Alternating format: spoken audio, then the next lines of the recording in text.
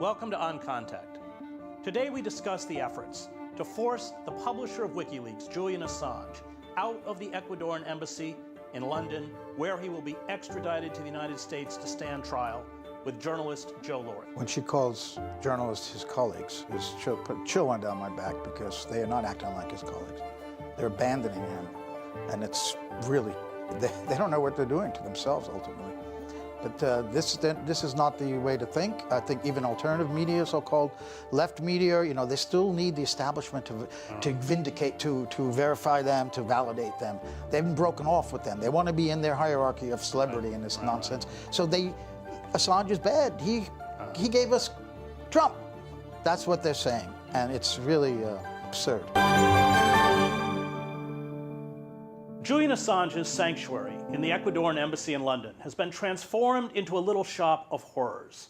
He has been largely cut off from communicating with the outside world for the last 7 months. His Ecuadorian citizenship, granted to him as an asylum seeker, is in the process of being revoked. His health is failing. He is being denied medical care.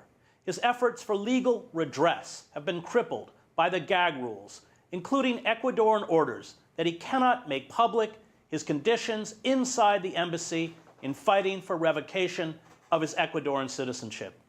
Australian Prime Minister Scott Morrison has refused to intercede on behalf of Assange, an Australian citizen, even though the new government in Ecuador, led by Lenin Moreno, who calls Assange an inherited problem and an impediment to better relations with Washington, is making the WikiLeaks founder's life in the embassy unbearable.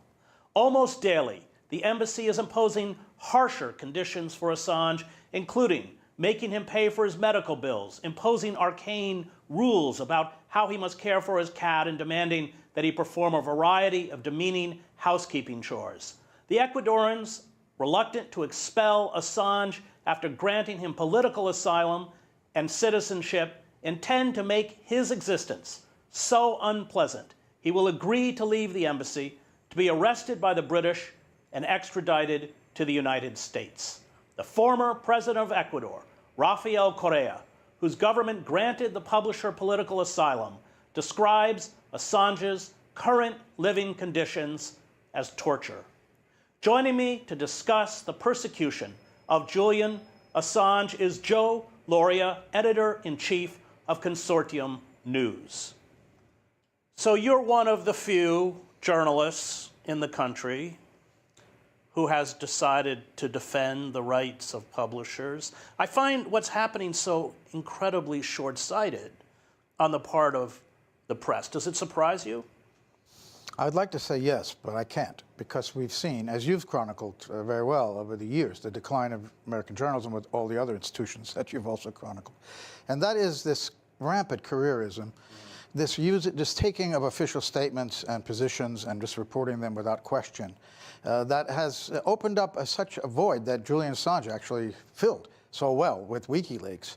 And of course, when he revealed what George Bush did, the Democrats were happy with him and the Republicans weren't. And now vice versa, when he revealed the DNC and Podesta emails, we have Democrats across in the establishment, even rank and file Democrats, wanting to see Julian Assange brought back to the U.S. in chains. It's abominable, especially the media going along with this, not standing up for him as a publisher. And of course, the New York Times realizes, because their #2 counsel was out on the West Coast a couple of months ago speaking to some judges, and he said, we don't really want Assange to be arrested because they can come after us. And well, it sets a legal precedent Absolutely. that the Trump administration and perhaps the next administration will be quite happy to use. Well, the Obama administration looked into prosecuting him, and they came up with what they called the New York Times problem, was if we get him, that the New York Times is liable. I must point out, however, some people believe there is no legal basis to prosecute. There is. There is. The Espionage Act has a section that actually criminalizes possession and reception of classified information and its dissemination. It happens to be subsection C, section 793. And then there's also the Pentagon Papers case. I wrote a book with Senator Mike Gravel back 10 years ago when he briefly ran for president. He, of course, was the senator that Dan Ellsberg gave the Pentagon Right. Papers to read into the congressional record under the speech and debate clause of the Constitution, which allows any member to say anything they want. They can declassify anything if it's in a legislative act and they can't be questioned for it. I remember Dick Durbin, after in the Senate, said, well, I couldn't reveal that we knew there were no WMD because it was classified, which was rubbish. He could have under that debate. But in that case, Gravel, what the Pentagon Papers case showed, and the Supreme Court decision, was that the government cannot use prior restraint. It cannot tell a newspaper, before publishing, you can't publish it. But after publishing, as Byron White, one of the justices in that case, pointed out, there are other ways the government could go after them. It's still classified, and they never, the issue is it's politically not possible until now. Legally, it's been possible. They've never dared do that since John Peter Zenga back in 1735, right here in Manhattan, when Bill Cosby, William Cosby, the governor of British governor of New York, prosecuted him for libel because he wrote some things against the governor, and he went to trial. And of course, the jury made a decision that it was true, and he was free. That's the foundation, the beginning, before the country, obviously in colonial America, of our First Amendment. This would be the second major case of that type since that's almost 300 years ago, to bring Julian Assange here, a publisher, because he did not steal the documents himself. Right. He merely received and published them. So politically, it looks like the Trump administration might actually do it because they don't have opposition from the Democrats and the population at large, distracted or disinterested, and this is very troubling. Let's turn to a clip. Julian Assange's mother, Christine Assange, issued an appeal. So let's just watch a couple minutes of this, where she talks about Julian's case, which I want to get into after she begins the discussion. Despite Julian being a multi-award winning journalist, much loved and respected for courageously exposing serious, high-level crimes and corruption in the public interest, he is right now alone, sick, in pain, silenced in solitary confinement, cut off from all contact, and being tortured in the heart of London. The modern-day cage for political prisoners is no longer the Tower of London. It is the Ecuadorian Embassy. Here are the facts. Julian has been detained nearly 8 years without charge. That's right, without charge.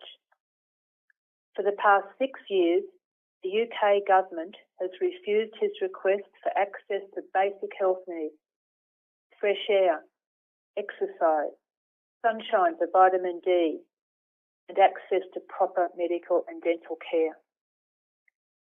As a result, his health has seriously deteriorated, and his examining doctors warn these detention conditions are life-threatening. A slow and cruel assassination is taking place before our very eyes in the embassy in London. In 2016, after an in-depth investigation, the United Nations ruled that Julian's legal and human rights had been violated on multiple occasions, that he'd been illegally detained since 2010, and they ordered his immediate release, safe passage, and compensation. The UK government refused to abide by the UN decision. The US government has stated Julian's arrest as a priority. They want to get round the US journalist protections under their First Amendment by charging him with espionage. They will stop at nothing to do it. As a result of the US bearing down on Ecuador, his asylum is now under immediate threat. The US pressure on Ecuador's new president resulted in Julian being placed into strict and severe solitary confinement for the last 7 months, deprived of any contact with his family and friends. Only his lawyers could see him. 2 weeks ago, things became substantially worse. The former president of Ecuador, Rafael Correa, who rightfully gave Julian political asylum from US threats against his life and liberty, publicly warned that when US Vice President Mike Pence recently visited Ecuador, a deal was done to hand Julian over to the US. He stated that because of the political cost of expelling Julian from their embassy was too high, the plan was to break him down mentally. A new, impossible, inhumane set of rules and protocols was implemented at the embassy to torture him to such a point that he will break and be forced to leave. So let's talk about why Julian is there in the first place. Well, he knew early on, from 2011, there was the idea amongst his lawyers and himself that there was an indictment sealed. And now we know for sure because it was mistakenly revealed. Mistakenly, that's a whole show right there about that mistake. So now we know there definitely is an indictment waiting for him. So he knew that if he were arrested by the British government or by the Swedish government at the time of the sexual abuse allegations, that he could... Which were later dropped. Totally, he was never charged with any crime. He was back in the 80s, apparently, for some hacking, but not in the current time we're talking about. He's never been charged with that.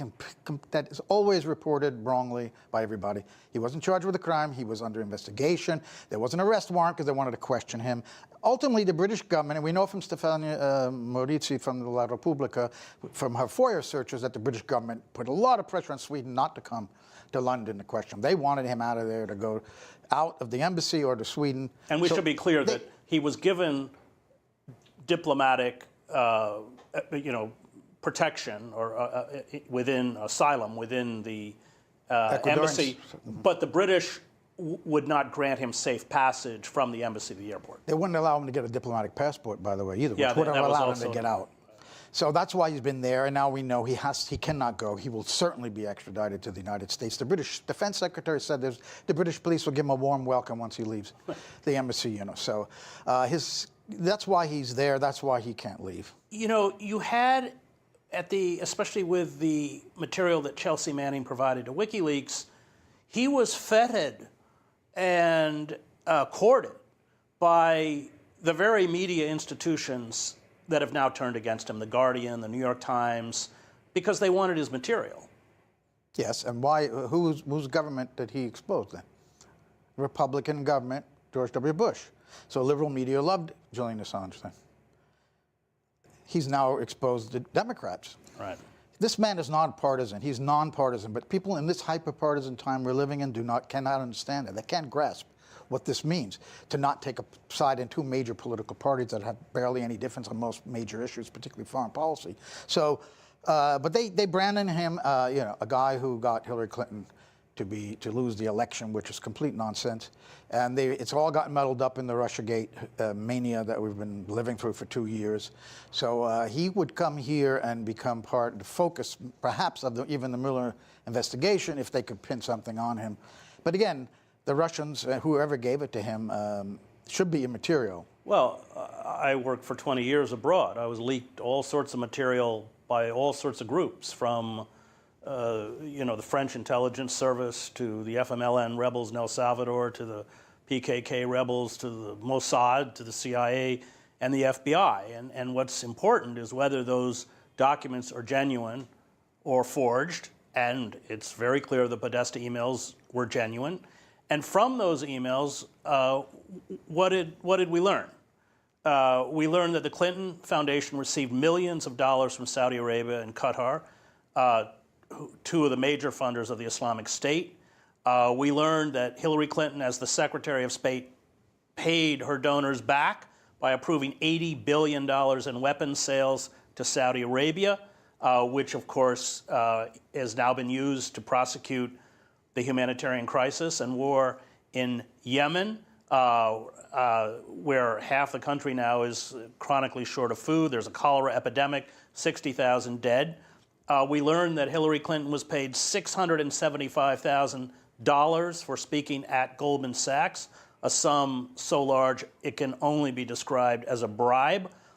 We learned that in these closed talks, she told the financial elites that she supported open trade and open borders, and that she believed the Wall Street executives were, in her words, best positioned to manage the economy, which flatly contradicted her campaign promises. We learned that the Clinton campaign worked very hard to make sure Donald Trump was the Republican nominee. We learned that Clinton received advance information on primary debate questions.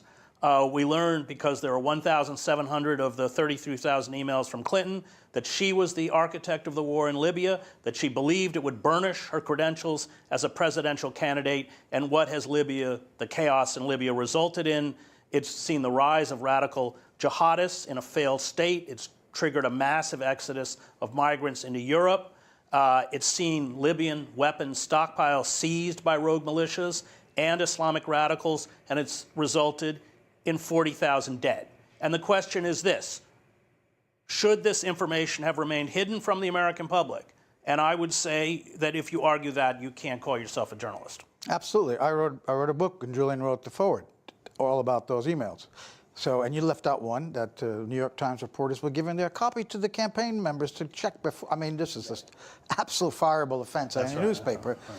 But look, anybody who leaks information has a motive, okay? And their motive is to help their self-interest. So when American officials do it as well, whether that's Mossad, Russians, State Department, you look at whether it's true or not, and if it's newsworthy. That's really all you got to say. And that's it. And this was, certainly. And it was not politically motivated on his part. If he had Trump documents, he would have leaked them. He didn't get the Republican emails. Right. They got a bunch. They checked it out. They'd already been published. Trump was an open book anyway. We knew what he was. Clinton was a closed book, so these helped the voter understand who she was. We'll come back to that. When we come back, we'll continue our conversation about freedom of the press and Julian Assange with journalist and editor Joe Lauria.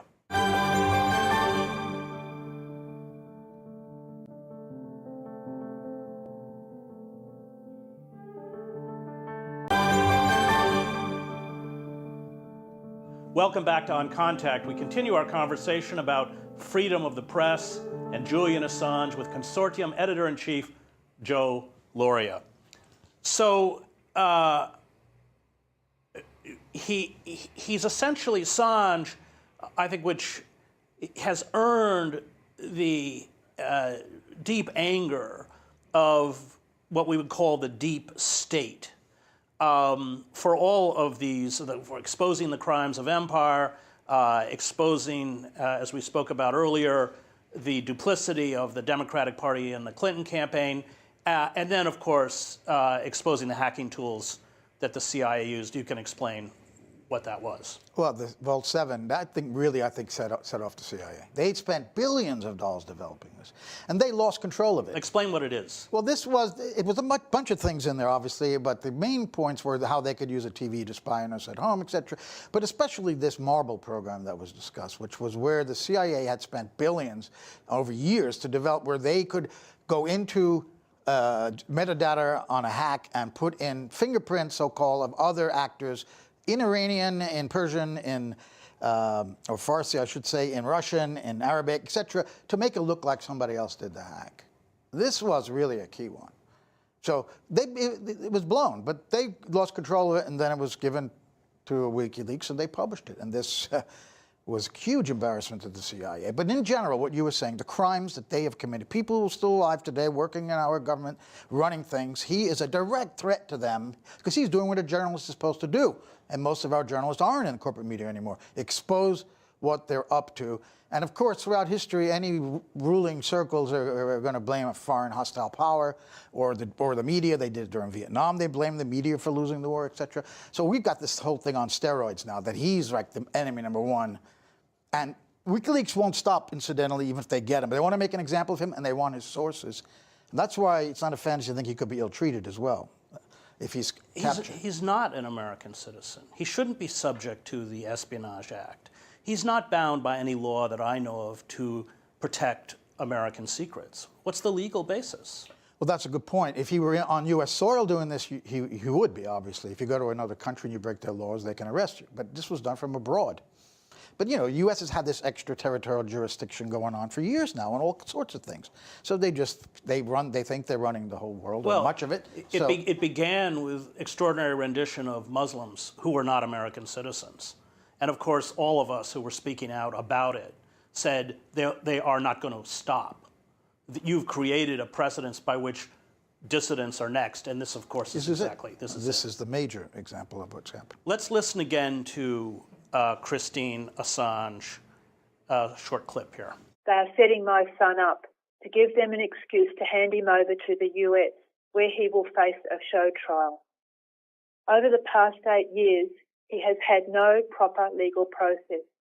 It has been unfair at every turn, with much perversion of justice. There is no reason to consider that this would change in the future.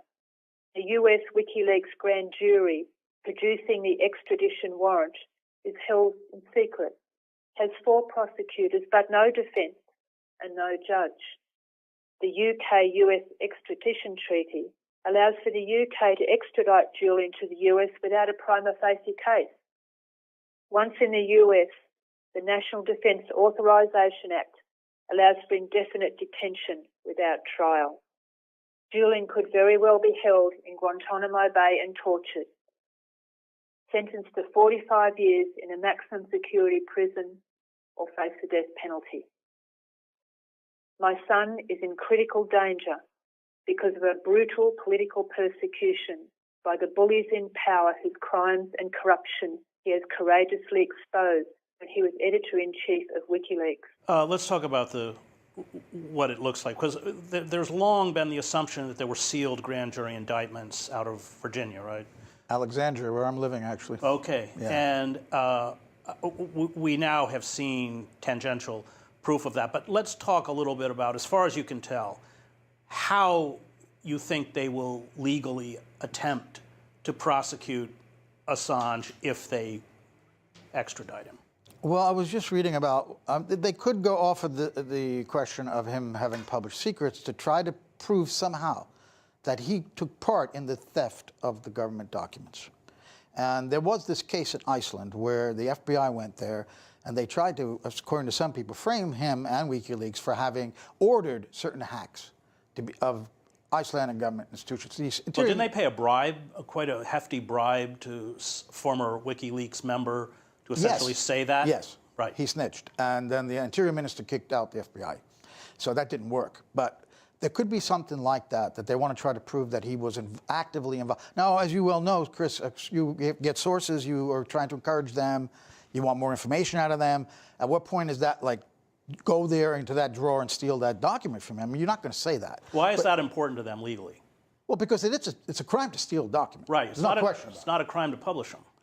Well, it could be, as I said, under this espionage. It's been politically untenable to do it until now. They can't do it. Nixon didn't do it to Gravel. He could have. He got the Pentagon Papers published at Boston and Beacon Press, and the FBI raided Beacon Press at that time. But they didn't prosecute because they couldn't get away with it because of the sense of the First Amendment, that you cannot punish a publisher for publishing documents that he didn't steal, that he just received. But you can do it. But that's why this would be an unbelievable case if it happens. It would be an unbelievable precedent, which is why the New York Times and the Washington Post and CNN, they don't want this to happen. Their lawyers don't want this to happen. Because, especially with Trump, the way he feels about the media, that's why I think they may do it. He's so crazed about it. And then he could go after them. Yeah, of course. How would they use the Espionage Act? The Espionage Act, 1917, the equivalent of our version of the British Foreign Secrets Act, was written to prosecute people who were giving information to a hostile power. How would the Espionage Act? There have been additions to it. That was originally just a war about the First World War. But the additions, including subsection C, section 793, says if you receive these documents and disseminate them, you're liable to prosecution. It's there. It's in the statutes. It's in the Act. It's never been used for that purpose. Right. It would be extraordinary. It's been misused by the Obama administration against people like Tom Drake, et cetera, the Espionage Act, where he gave some information that wasn't classified. In the end, it was proven to the Baltimore Sun. But they charged him under the Espionage Act. So this is like, it's ridiculous. Even Ellsberg was not a spy, I mean, in that sense. And he was the other one of the other few ones before the Obama administrations to be charged under it. So if they wanted to use this part of the Espionage Act, it would be an extraordinary political development that is no administration has done before. Not since, I said, back in colonial America. So that's what we're all worried about. And I don't think he'd get a fair trial. As Christine said, it would be a show trial because they could use the state secrets privilege. They can get to a point where they get a judge who has clearance. They can go in the chambers and tell the jury, we have classified information we can't show you. Show the judge. He comes out and says guilty. Go home. And the defense has never seen the evidence. They use secret evidence against Muslim jihadists, which means that both the defendants and their lawyers can't even see the purported evidence that's being used to charge them. That's correct. If it came to that, they'd use that. I think. So, and as I said, he could be mistreated. They want his sources, and Right. if they have him in custody, you never know what could happen to him. From what you can tell, because you in Consortium News you wrote about an attempted break-in. And it's difficult because his communications have been cut off. What, as far as you can tell, are his living conditions like at this They're moment? getting worse and worse, clearly, as we're coming to the moment when he's probably going to... And what have you heard? I've heard now that this cat that the media went over crazy about, which was a side story, but now it's gone, and that meant something to him. I haven't confirmed that. I've heard that he went a couple of days without food because his lawyers aren't allowed there every day anymore. There was a bank holiday in London. He went 3 days without food. I haven't confirmed that either. But the overall effect is the security. The door is open. People can walk in the embassy. Somebody did it again last night and filmed it and put it on Twitter. So the sense is the place is open, and they're making it extremely difficult for him to stay there. So they'd rather he leave on his own than have to go through expelling him because of the legal complications in Ecuador. Let's have one last clip from Christine Assange. We need to make our protests against this brutality deafening. I call on all you journalists to stand up now, because he is your colleague and you are next. I call on all you politicians who say you entered Parliament to serve the people to stand up now. I call on all you activists who support human rights, refugees, the environment, and are against war to stand up now, because WikiLeaks has served the causes that you fight for, and Julian is now suffering for it alongside of you. I call on all citizens who value freedom, democracy, and a fair legal process to put aside your political differences and unite and stand up now. Most of us don't have the courage of our whistleblowers or the journalists like Julian Assange who publish them, so that we may be informed and warned about the abuses of power. Chilling. It's up to us, because the institutions, there's nothing within the institutions that are going to stop this. When she calls journalists his colleagues, put a chill one down my back, because they are not acting like his colleagues.